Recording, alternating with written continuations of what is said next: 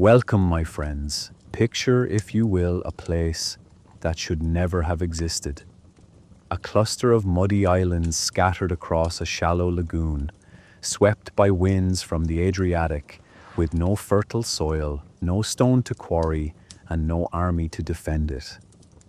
Logic tells us such a place was doomed from its very inception, yet somehow, against all reason, this impossible settlement became one of the most powerful and wealthy republics the world has ever witnessed. This is the Chronicle of Venice. Tonight, I will guide you through the extraordinary tale of how desperate refugees built a maritime empire from nothing but salt water and determination. You will witness how they created their unique form of government, how they constructed ships faster than any nation on earth, and how they controlled the flow of treasures from east to west for centuries. But before we begin our journey, I invite you to join our community by subscribing. Your support allows me to continue bringing these stories to life. I'm also curious, from what corner of the world are you watching tonight? Share your location in the comments below. Now, let us step back through the mists of time to an age of desperate flight and impossible dreams. Born from desperation, our tale opens not with triumph, but with terror. The year is 452 AD, and the world that Rome had built is collapsing. The once great Western Empire, which had stood for centuries, is being torn to pieces. From the depths of the east comes a force more terrible than any the Romans have faced, the Huns, led by a man whose very name inspires dread, Attila. The Roman citizens who lived in the prosperous cities of northern Italy, places like Aquileia, Padua, and Altinum, had known peace and civilization for generations. Now they watched in horror as city after city fell to the mounted hordes. The Huns showed no mercy. They burned, they pillaged, and they moved on, leaving only ashes and bones in their wake. When Aquileia, one of the mightiest cities of the region, finally fell after a brutal 3-month siege, the survivors faced a desperate choice. Where could they run, where horses could not follow? The answer lay in a place no sane person would choose to live, the vast, desolate lagoon that stretched along the coast of the Adriatic Sea. This was no promised land. The lagoon was a treacherous maze of shallow water, thick mud, and small, unstable islands that appeared and disappeared with the tides. But it offered something that no fortress wall could provide: natural protection. The shallow, winding channels would confound any enemy who tried to pursue them on horseback, and so they came. First in small groups, then in waves, the refugees abandoned their comfortable lives and sought sanctuary in this waterlogged wilderness. They were not warriors or adventurers. They were ordinary people, merchants, farmers, craftsmen, who had lost everything and now had to learn an entirely new way of living. Building the impossible. But how does one build a city where there is no solid ground? This was the first great challenge these refugees faced. They could not simply lay foundations and raise walls as their ancestors had done for millennia. The mud beneath their feet was too soft, too unstable to support even the lightest structure. The solution they devised was nothing short of genius.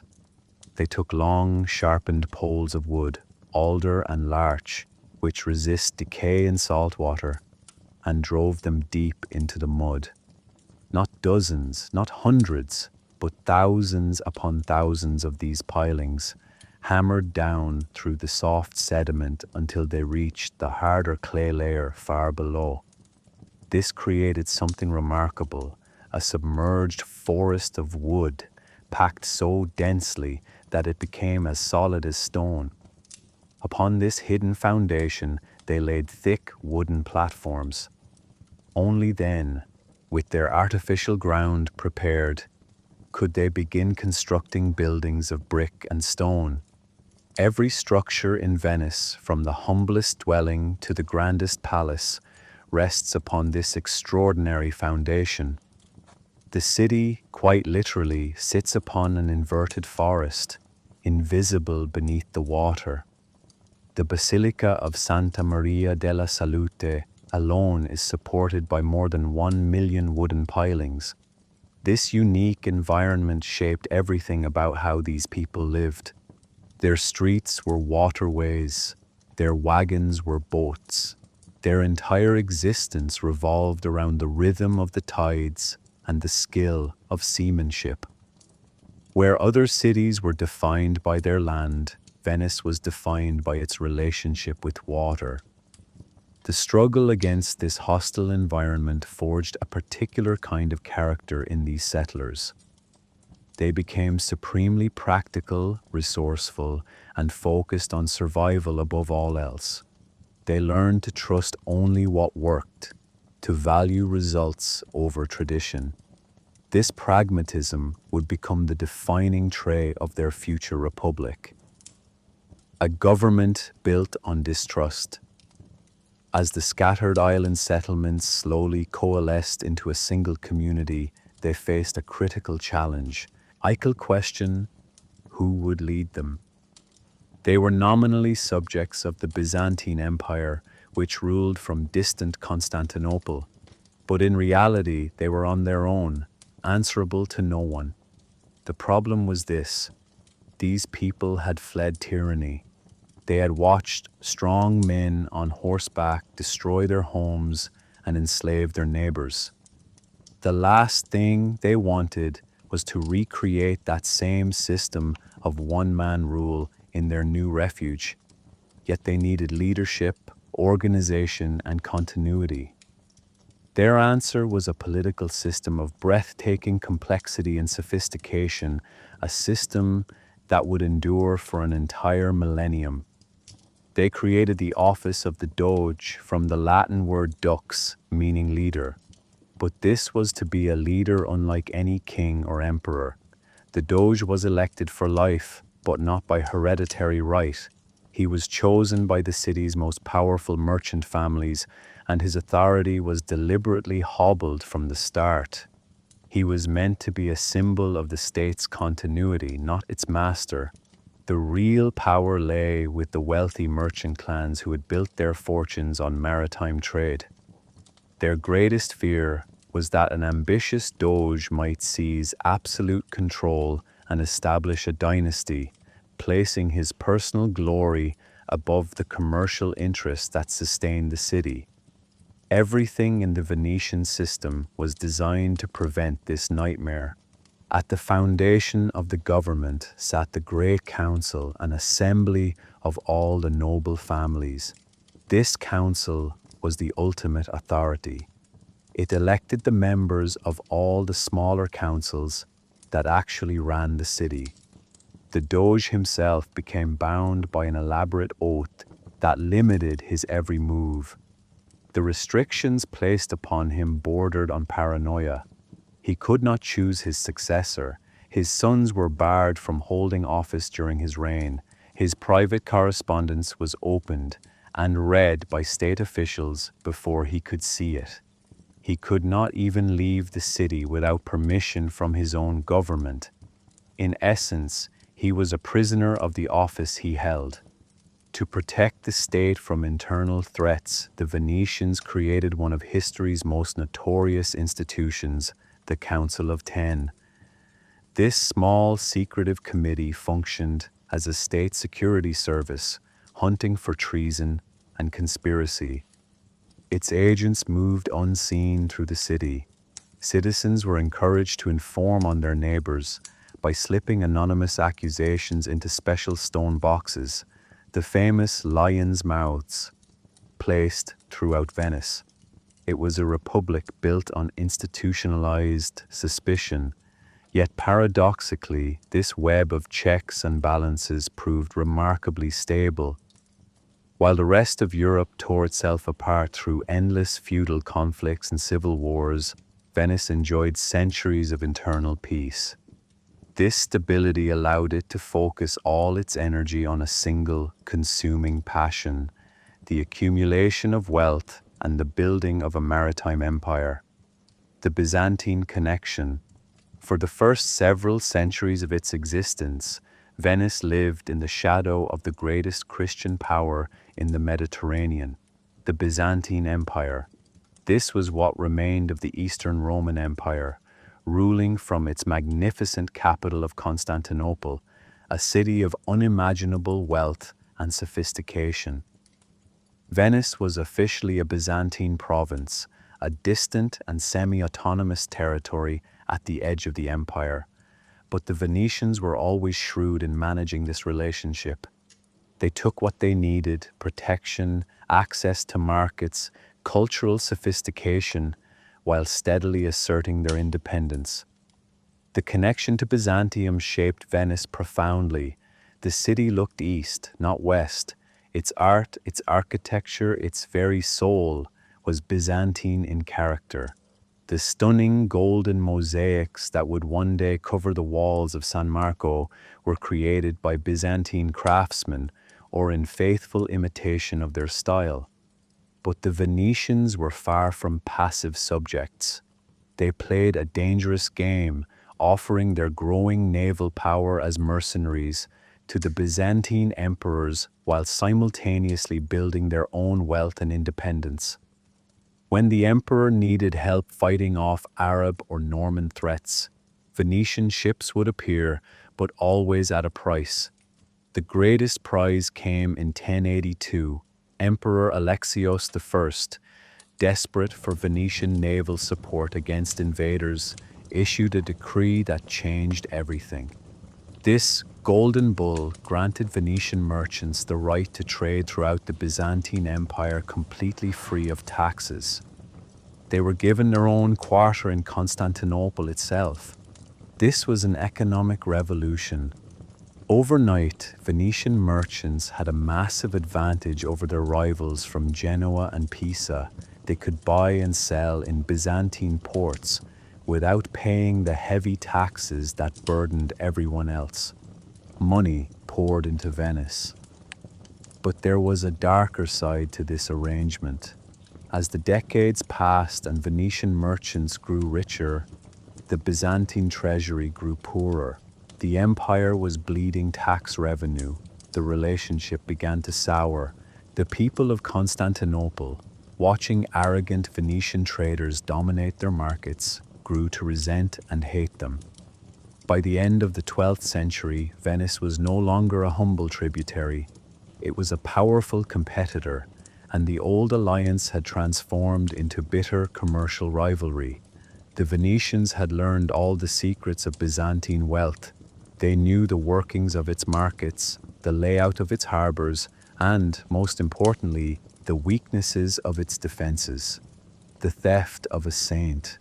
As Venice grew in power and sought to distance itself from Byzantine dominance, its leaders understood that true independence required more than wealth and ships. They needed spiritual legitimacy, a patron saint of the highest order who could rival the apostles venerated in Rome and Constantinople. Their current patron was a minor Byzantine figure, Saint Theodore, whose presence reminded everyone of Venice's subordinate status. To truly stand equal with the great powers, Venice needed the relics of someone significant, and so they set their sights on an audacious target: Saint Mark the Evangelist himself. There was one complication. Saint Mark's body lay in a shrine in Alexandria, Egypt, then under Muslim rule. But for the Venetians, this was merely an obstacle to overcome through the same cunning that served them in commerce. In the year 828, two Venetian merchants, Buono da Malamocco and Rustico da Torcello, sailed to Alexandria on what appeared to be a routine trading mission. Through a combination of bribes and persuasion, they convinced the Christian guardians of the shrine to part with the saint's remains, claiming they were saving the holy relic from potential desecration. but smuggling a saint's body past Muslim port officials required exceptional cunning. The merchants placed the sacred remains in a large basket and covered them with layers of pork and cabbage. When the officials came to inspect, they recoiled in disgust at the sight of pork, which Islamic law considers unclean, and waved the ship through without a thorough search. When the merchants returned to Venice with their sacred cargo, the entire city erupted in celebration. No longer were they a cultural province of Byzantium. They were now a major pilgrimage destination in their own right. The magnificent Basilica of San Marco was commissioned to house the evangelist's remains, becoming both the spiritual and political heart of the Venetian state. With their new patron saint came a new symbol. Saint Mark's traditional emblem is a winged lion.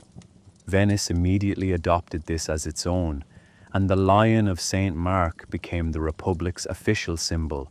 It was stamped on coins, carved over doorways, flown on warship banners, and planted like a flag in every city Venice conquered. The theft of Saint Mark's body was more than a religious act. It was a declaration of independence, a severing of old ties, and the laying of a divine foundation for the empire to come. The arsenal, the heart of power. Venice now had political stability and divine protection, but the true source of its growing power, the physical heart that pumped strength through the Republic's veins, lay hidden behind high brick walls in the eastern corner of the city, the Venetian arsenal. This was not simply a shipyard, it was the largest and most sophisticated industrial complex in medieval Europe, a facility that pioneered production methods that would not be seen elsewhere for centuries. The arsenal was where Venice transformed its limited resources into naval supremacy. The revolutionary insight of the arsenal was the assembly line, a concept that would not fully take hold elsewhere until the Industrial Revolution. While other nations built ships one at a time, the Venetians mass-produced standardized interchangeable parts. Inside the sprawling complex, specialized workers known as the arsenalotti labored in dedicated workshops. Some made nothing but oars, others focused exclusively on rudders or masts, or the thousands of feet of rope required for each vessel. These components were then stored by the thousands in massive warehouses, ready for instant deployment. The actual assembly took place along a canal that flowed through the heart of the arsenal. A bare hull would enter at one end, and as it was towed along the waterway, it would stop at a series of stations. At each stop, a different team of workers would swarm the ship, fitting it with their specific components. One guild installed the rowing benches, another stepped the mast and rigged the sails, another fitted the armaments. The speed was astonishing. It was said that a visiting dignitary once witnessed a complete war galley being assembled, equipped, and armed in the time it took him to eat a formal dinner. At the height of Venice's power, the arsenal could launch a fully equipped warship in a single day. This gave Venice an unprecedented strategic advantage. In times of war, they could generate entire fleets with shocking speed, overwhelming their enemies through sheer production capacity. Where other nations might spend months gathering their naval forces, Venice could mobilize in weeks. The arsenalotti themselves were a privileged class. They were state employees guaranteed lifetime employment, pensions, and housing for their families. In return, they were fiercely loyal and sworn to absolute secrecy. They were guardians of the Republic's most vital military and industrial secrets. The arsenal was more than a factory. It was a fortress, guarded not just against enemy fleets, but against the prying eyes of rival powers desperate to steal the secrets of Venetian production. The political stability of the Doge's palace provided the vision, but the industrial might of the arsenal provided the weapon. The marriage to the sea. Each year, on the Feast of the Ascension, Venice celebrated its most sacred and distinctive ceremony, the marriage to the sea. This ritual perfectly captured the soul of the Republic and its unique relationship with the waters that both sustained and defined it. The centerpiece was the Bucentoro, the Doge's state barge. This was no mere boat. It was a floating masterpiece, a ship so elaborately decorated with gold leaf that it was said to resemble a golden mountain floating on the waves. A double-decked vessel, propelled by the arsenal's most skilled oarsmen, its entire surface was covered in mythological carvings, all heavily gilded. On the festival morning, the Doge, dressed in his finest ceremonial robes, would board the Bucentoro along with the highest officials and foreign ambassadors. From there, he would lead a grand procession of hundreds of boats out into the lagoon, a spectacle of civic pride and power. The entire city would turn out to watch, filling the air with music, bells, and cheers. The procession's destination was the Lido Inlet, where the calm lagoon waters meet the open Adriatic. Here, in silence, the Doge would perform the ancient ritual. He would hold aloft a consecrated golden ring and recite the solemn Latin vow, Desponsamus te mare insignum veri perpetuic Dominii. We wed you, O sea, in sign of true and perpetual dominion. With those words, he would drop the ring into the waves. This was more than symbolic theater. It was an annual renewal of the fundamental contract at the heart of Venice's existence, a prayer for the safety of sailors and the prosperity of trade. But it was also a political declaration to the world. The Adriatic was Venice's territory, the sea was their private highway, and they were its undisputed master. For the Venetians, this was literal truth. Their city was born from water, protected by water, and enriched by water. The sea was their farm, their fortress, and their destiny. To be married to the sea was to acknowledge the central reality of their world. The blind Doge's gamble. At the dawn of the 13th century, Pope Innocent III called for a fourth crusade to reclaim Jerusalem from Muslim control. The feudal lords of France and the Holy Roman Empire answered the call, assembling an impressive army. But to strike at Egypt, the heart of Muslim power, they needed ships. There was only one city capable of providing them, Venice. The leader of Venice at this moment was one of the most extraordinary figures of the Middle Ages. Doge Enrico Dandolo was in his 90s and completely blind, yet his mind remained as sharp as a blade, and his ambition for Venice was boundless. When the Crusader envoys arrived to negotiate, Dandolo drove a ruthless bargain. Venice would suspend all normal commerce for over a year and dedicate the entire arsenal to building a fleet capable of transporting 33,000 men and 4,500 horses. The price, 85,000 silver marks, a staggering sum. The Crusaders agreed and Venice went to work. But when the Crusader army arrived at Venice in the summer of 1202, disaster struck. The army was far smaller than promised. Thousands had taken different routes or dropped out. They could only pay a fraction of the agreed price. A massive armed force was now camped on Venetian soil, unable to fulfill their holy vow, and Venice was on the brink of bankruptcy, having built an expensive fleet that sat idle in the harbor. It was in this crisis that the blind Doge revealed his genius. He made the Crusaders a proposal, They could pay off their debt not in silver, but in service. Their first target would not be Egypt, but the Christian city of Zara on the Dalmatian coast, a commercial rival of Venice. The Crusaders were horrified. They had taken sacred oaths to fight enemies of Christ, and now they were being asked to attack fellow Christians for Venice's commercial benefit. Many protested, some abandoned the crusade in disgust, but most, trapped by debt and desperation, reluctantly agreed.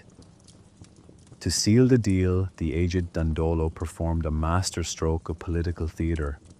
During a great mass in San Marco, he declared that despite his age and blindness, he would personally take the cross and lead the crusade. It was an offer the Crusaders could not refuse. The sack of Constantinople.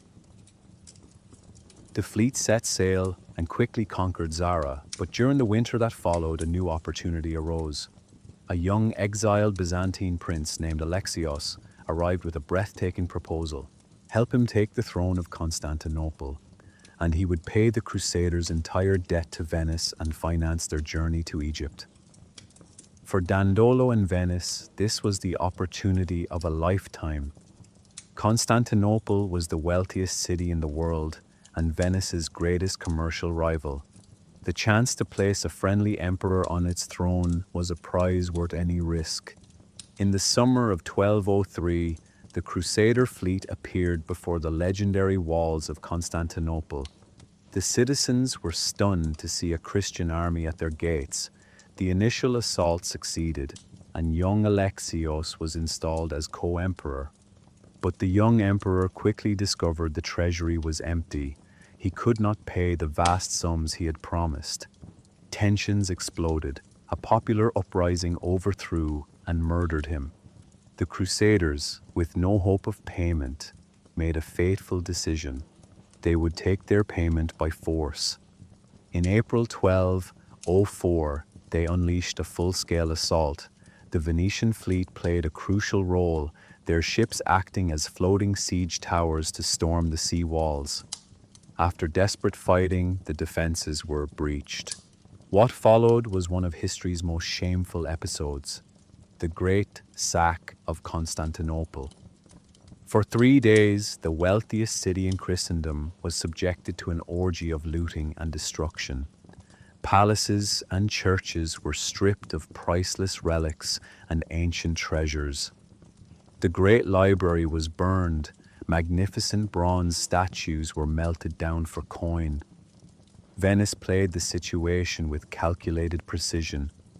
While the French knights claimed land, Venice took what mattered most for a maritime empire, strategic ports and islands throughout the former Byzantine territories, including the crucial island of Crete. They also looted the famous 4 bronze horses that would become a symbol of San Marco. The Fourth Crusade never reached the Holy Land. Instead, it shattered the Byzantine Empire and enriched Venice beyond imagination. With the wealth of Constantinople and control of its strategic ports, Venice was no longer just a powerful city-state. It was now a true empire, master of the Eastern Mediterranean. The Empire of Ports. In the aftermath of Constantinople's fall, while other crusaders scrambled for feudal territories, Venice pursued a different strategy. They had no interest in governing large inland populations or managing feudal estates. Their vision was for the sea itself. What emerged was a unique type of empire perfectly suited to a merchant republic, the Stato da Mare, the state of the sea. This was not an empire of continuous territory, but a carefully curated chain of fortified ports and strategic islands stretching from Venice to the Black Sea, a maritime highway of stepping stones. From the partition of the Byzantine Empire, Venice acquired key locations along the coast of Greece and throughout the Aegean Islands. But their greatest prize was Crete, known to the Venetians as the Kingdom of Candia. Its position allowed them to dominate the shipping lanes of the entire eastern Mediterranean. This was not an empire of settlement, but a commercial and military machine. Each island and port served specific purposes: safe harbors where merchant galleys could rest and resupply, naval stations where squadrons of warships could be based to police the sea lanes, and commercial centers where local goods could be collected and funneled back to Venice. Life in these colonies was overseen by Venetian governors sent from the city to rule over the local, predominantly Greek populations. It was pragmatic, business-like rule, more concerned with collecting taxes and ensuring smooth trade than with changing local culture. The Stato da Mar was the ultimate expression of the Venetian worldview, an empire designed by merchants for merchants. Every island, every harbor was chosen, not for its size but for its strategic and commercial value. This network was the skeleton that supported their vast commercial body, allowing them to control the flow of wealth from east to west with unparalleled efficiency. Marco Polo's journey. The Venetian Empire was designed to funnel eastern riches westward, but one Venetian's journey would go far deeper than the familiar trade routes. His name was Marco Polo, and his tale would become the most famous travel account in history. The adventure began in 1271 when 17-year-old Marco set out from Venice with his father and uncle, both merchants on an ambitious trading mission. Their journey was not a swift sea voyage, but a long, arduous trek along the legendary Silk Road. For 3.5 years they traveled, crossing the mountains of Anatolia, the deserts of Persia, and the towering Pamir range. Finally, they arrived at the court of Kublai Khan, the Mongol emperor of China. The Khan was fascinated by these strangers from a distant land and took particular interest in young Marco, finding him intelligent and observant. For the next 17 years, Marco didn't just trade. He became an honored official in the Khan's vast empire, traveling throughout China on the emperor's business. He witnessed wonders no European had seen, cities larger than any in Europe, the burning of coal for heat, the use of paper money, and the workings of an efficient postal system. He heard tales of distant Japan and recorded it all in his exceptional memory. After 24 years away, the Polos finally received the permission to return. Their journey back was just as perilous, by sea through the South China Sea and across the Indian Ocean. When they arrived in Venice in 1295, dressed in tattered Mongol clothing, their own family barely recognized them. Legend says they cut open the seams of their rough clothes, and a river of precious jewels, rubies, sapphires, and diamonds hidden from pirates, poured onto the table. Marco Polo's adventure had one final twist. A few years after his return, during a war with Genoa, he commanded his own galley at the Battle of Curzola. Venice was crushed, and Marco was captured and imprisoned. It was in that Genoese prison cell that he met a writer named Rustichello da Pisa. To pass the time, Marco dictated his entire journey. The resulting book, The Travels of Marco Polo, became an instant sensation. Though many dismissed it as The Million Lies, a collection of fantasies, it was actually the first detailed, realistic account of the Far East that Europe had seen. It would inspire future generations of explorers, including Christopher Columbus himself. The war with Genoa. Venice had built its empire, and its merchants had journeyed to the ends of the earth. But the great rivalry with Genoa, their powerful twin on the western side of Italy, was not yet settled. One final brutal war would decide the true master of the Mediterranean, the War of Chioggia. The war began in 1378, when the Genoese fleet achieved something unprecedented.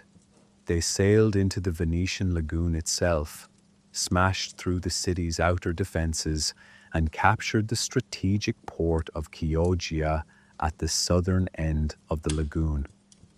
For the first time in its history, Venice was directly threatened. Its own waterways were occupied by a hostile fleet. The Genoese established a blockade, cutting Venice off from the sea, its only source of food and wealth. The city began to starve. The Genoese admiral, confident of victory, sent a message to the Venetian Doge declaring he would not grant peace until he had tamed the Lion of St. Mark itself, a promise of total conquest. In this darkest hour, the Venetians mounted one of history's most remarkable comebacks. They rallied every ship and man they had left and freed their best admiral, Vettor Pisani, from prison to lead them. He proposed an audacious gamble to blockade the blockaders. Under cover of darkness, the Venetian fleet sailed south to the narrow channels leading out of the Chioggia lagoon, the only escape route for the Genoese fleet. There they sank old ships filled with stone, completely sealing the exits. The entire Genoese fleet was now trapped inside the very harbor they had just conquered. The siege of Venice had become the siege of Chioggia. For 6 months, the Venetians held their position, cutting off all supplies to the trapped Genoese sailors. Finally, starving and with no hope of rescue, the once mighty Genoese fleet surrendered. The victory was absolute. The War of Chioggia broke the back of Genoese sea power forever. While Genoa would remain a financial center, its challenge for maritime supremacy was over. Venice now stood alone as the undisputed master of Mediterranean trade. The Lords of Spice. With its victory over Genoa securing its trade routes and its empire of ports functioning perfectly, Venice now controlled the most valuable and profitable trade on earth: spice. In medieval and Renaissance Europe, true wealth wasn't just gold, it was spice. Pepper, cloves, cinnamon, and nutmeg were commodities of almost unimaginable value. They preserved meat, were essential in medicine, and served as the ultimate status symbols. A small sack of peppercorns could be worth more than a man's lifetime wages. A pound of nutmeg was often valued more highly than a pound of gold. For centuries, Venice positioned itself as the sole gatekeeper of this lucrative trade. The journey of the spices was long and perilous, carried by Arab and Indian sailors across the Indian Ocean, moved by camel caravans across Arabian deserts, and finally arriving at the Mediterranean ports of Alexandria and Aleppo. It was here, at the threshold of Europe, that the Venetians waited. Through diplomatic treaties with Egyptian sultans, the power of their navy, and their network of island colonies, Venice established a virtual monopoly. No other European power could effectively buy spices at their source. The great Venetian merchant galleys would arrive in Alexandria laden with European goods like Flemish wool and German iron, exchange them for precious cargo from the east, then make the triumphant journey home. The arrival of a spice convoy in Venice was a moment of citywide celebration. The ships would unload at the bustling Rialto markets, the air filling with exotic scents. Here every sack was weighed, taxed, and sold to the merchant houses of the city. The immense profits from this monopoly funded the splendor of Venice, the magnificent palaces along the Grand Canal, the breathtaking artworks of Titian and Veronese, and the powerful fleets built in the arsenal.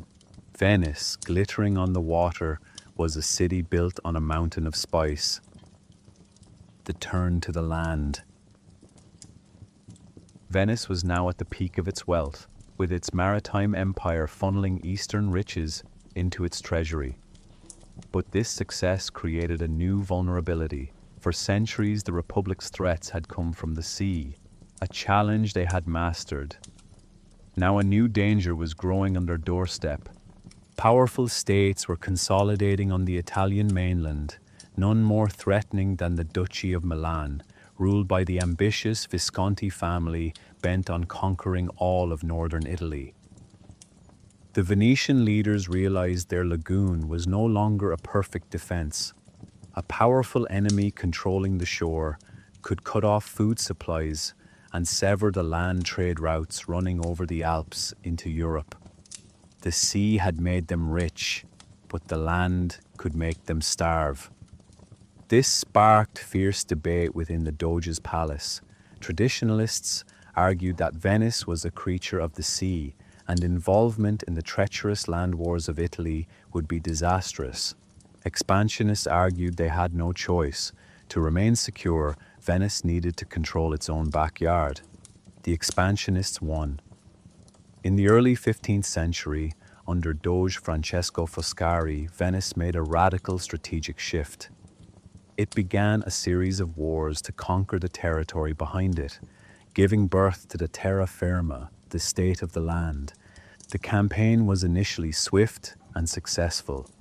Through skillful diplomacy and decisive military action, Venice took control of Padua, Vicenza, and finally, the great city of Verona. This expansion gave them control of major rivers and the fertile farmlands of the Veneto region, securing their own food supply for the first time. This was a monumental change. Venice was no longer just a maritime empire, it was now a major Italian land power as well. This new land empire would bring security and resources, but it would also embroil Venice in a century of brutal, complex, and expensive land wars. The Age of Mercenaries. Venice's commitment to conquering on the Italian mainland presented a serious problem. Its citizens were sailors and shipbuilders, not professional land soldiers. To fight its wars on the terra firma, Venice turned to the masters of Renaissance warfare, the condottieri. A condottiero was a professional mercenary captain who fought not for patriotism or a king, but for a contract, the condotta. This contract specified his pay, the number of troops he would provide, and the duration of service. These captains were entrepreneurs of violence, running private armies complete with heavily armored cavalry and infantry. This system created a unique style of warfare. A condottiero's most valuable assets were his experienced soldiers and expensive war horses. He was often reluctant to risk these assets in bloody battles that could wipe out his army and his livelihood. Warfare became a slow, complex game of maneuver, long sieges, and strategic skirmishes designed to outsmart opponents with minimal losses. Betrayal was also common. A captain might switch sides mid-war if a rival state offered a better contract. The pragmatic Venetians used these mercenaries because they had to, but they deeply distrusted them. The Republic's greatest fear was that a successful general could use his army to overthrow the state, as had happened in other Italian cities. Because of this, Venice constantly monitored its own generals, sending political officials to watch them and report back to the Council of Ten. The most famous example of this mistrust is the tragic story of Carmagnola. He was a brilliant condottiero originally serving Milan, but Venice hired him away with a massive contract, and he won several major victories. He became a celebrated hero, but the state soon suspected his loyalty, questioning his lack of aggression in later campaigns. In 1432, they invited him back to Venice, supposedly to discuss strategy. Carmagnola was welcomed with great honor at the Doge's palace, but as he entered a side chamber, the doors locked behind him. He was arrested by the Council of Ten, tried in secret for treason, found guilty, and publicly beheaded between the two great columns of Piazza San Marco. The message was unmistakable. Venice would use the condottieri, but would never trust them. This was the violent and paranoid world of Renaissance land warfare, the price Venice paid to defend its terra firma empire. The Black Gondola. While hired generals fought on Italy's dusty plains, the city they protected was being transformed by rivers of gold flowing from the east. This wealth didn't just fund wars, it created a unique and magnificent way of life. The great spice convoys brought unimaginable riches into Venice, funding its art and architecture while shaping daily life on its unique watery streets. And no symbol is more connected to Venice than its most famous vessel, the gondola. For centuries, Venice's canals were its roads. Everything moved by boat. The gondola evolved as the perfect vehicle for this environment, long and slender to navigate narrow canals, flat-bottomed to clear shallow waters, and most cleverly asymmetrical in its hull with a slight curve. This asymmetry allows a single gondolier standing at the stern with a single oar to propel the boat in a straight line. The gondoliers themselves were a powerful and respected guild, knowing the secrets of the city's labyrinthine canal network better than anyone. They were Venice's taxi drivers, confidants, and silent witnesses to its many secrets. During the height of the Renaissance, the gondola became a status symbol. Wealthy noble families competed to own the most lavishly decorated boats, adorning them with rich fabrics, intricate carvings, and gleaming gold leaf. The canals filled with these magnificent floating displays of private wealth. The state decided to stop this competition. In 1562, the government passed a sumptuary law decreeing that all gondolas, with exception of a few ceremonial state boats, must be stripped of decorations and painted uniform black.